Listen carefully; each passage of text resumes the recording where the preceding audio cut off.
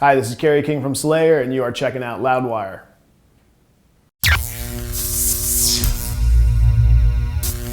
There's exciting news about the new Slayer record is that some of Jeff's material that he wrote is actually going to be on the record. So can you tell me about how that process was all put together? Well, that song we recorded, I think we did on the World Painted Blood sessions, and we just didn't use it. Yeah. So on this one, we kept the finished product. We had Paul track drums to it, and Tom re-sang it, just to make it better. So yeah, that's the one that's going to be included on this record, and then we have another one that's musically finished that never had lyrics, and we addressed it late, so we didn't really get to it on this run. But My Horizon says another record after this one. We'll see what Tom says and see what everybody feels like after this run, but we have another song to add to that on the next one. Oh, that's cool. I remember a little while ago, I think right before World Painted Blood came out, you were kind of like, I could see us doing 2 more records, like this one and the next one. So you guys are thinking even beyond that now. We'll see. You know, this is our first record in like 6 years. It's been a while, yeah. And it's just, you know, you always watch football and they talk about, oh, we had to come through this adversity. We had to get past this adversity. We had some motherfucking adversity on this run, so yeah. It's taken a while to get back on track. Yeah, absolutely.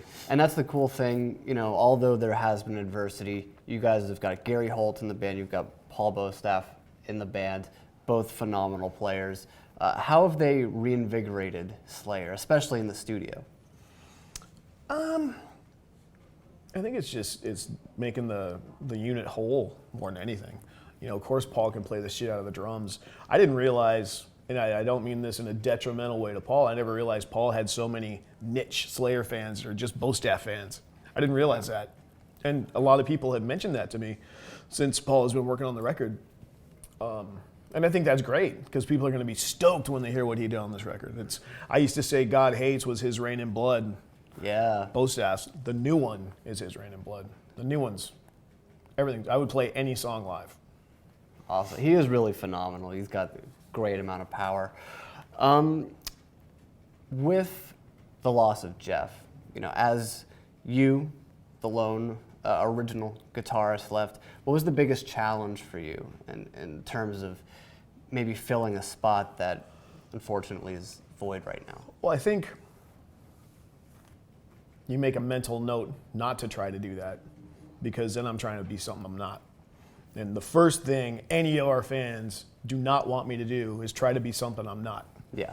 You know, so the hardest thing for me was just having to assemble all those songs myself in a way that they don't sound the same. Because if you're writing that much material, it's very easy for one thing to borrow something from another and one thing to sound like something else. Yeah. So that was the biggest challenge we tracked a shit ton of songs. There's 12 on the record and I think there's 6 extras towards the next one. Yeah. So we got like half a record done for the next one without lyrics. So anyway, I'm just saying we're ahead of the game and that's a good place to be. That's awesome. Slayer has experimented a lot. And even with World Painted Blood, you've got songs like Playing with Dolls. It's a bit different, kind of creepy. Are there any new aspects, maybe similar to that people might run into on this record? In my opinion, I'd say no. No. I think every record, 2 or 3 records, we throw something in there to add to the menagerie of what you call a Slayer record, you know, and it kind of evolves with you and moves on. Yeah. I think this one is just the next page. You know, I don't think there's certainly no left turns. It's just heavy, fast, moody, spooky. It's great. So right now we don't have a title. We don't have a release date. Is it possible to guess when the album will come out, or is there a release date that you guys are thinking of? I'm pretty sure it's August. August 2015. I don't know what part of August, but I'm pretty sure it's August. Pretty sure it's Last August. I heard. Right. And is there a title? There is a title. Not to be shared with you today. Damn. That's really what it's called, not to be shared with you today. That's an okay title. But, anyway, when it comes to the legacy of Slayer and this record, what is it that you're the most proud of? Finishing it, you know. That must have been a bitch, considering a lot of things. I mean, nothing's really different. because like I said, since the 90s I've been doing Jeff's parts, except for leads. He'd play his leads, but rhythmic wise I would just go in because usually I take mine first and I know the nuances of the song. I know where I got to speed up, where I got to slow down, because we don't play to click. We play, live. Yeah. So there's little bumps and slowdowns. So once you know that, it's easier to copy it. So years ago, I just said I used to get his guitar, play through his rig, and we'd just go. Yeah. This time I think we used a different head. Like we didn't have Jeff's whole rig in there. So we used a different head and different guitar. Yeah. Went with it like that. Yeah. Just trying to find something that worked well together, to where it sounds like two guitars and it still sounds like Slayer. Totally. And the song Implode has been out for about a year now. It's been around for a long time. People have been digging it.